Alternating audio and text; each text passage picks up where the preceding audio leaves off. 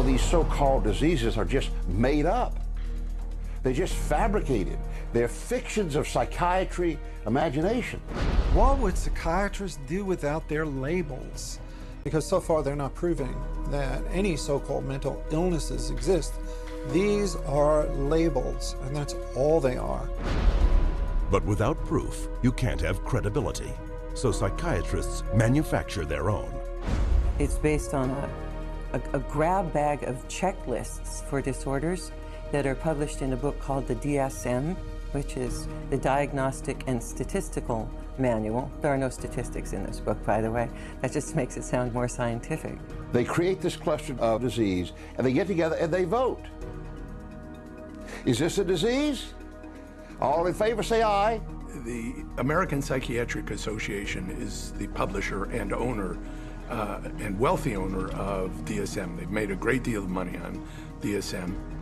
Since the first edition of the DSM, the number of mental disorders voted into psychiatry's diagnostic manual has grown to 374. And with each new disorder, psychiatrists create yet another way to defraud the public.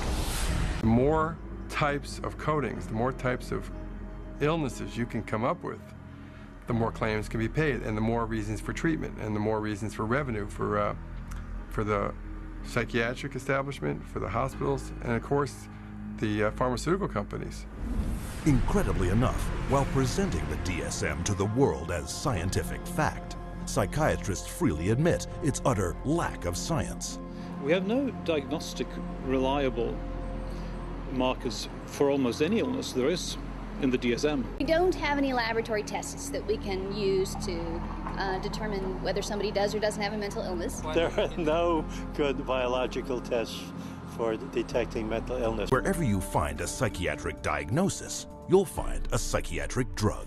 The pharmaceutical corporations now contribute enormous sums of money for the education of psychiatric residents and for the support of research by their professors, so that psychiatry today has become in America, has become very largely learning of which drug to use with which disease or disorder. And worst of all, it's compromising the patients.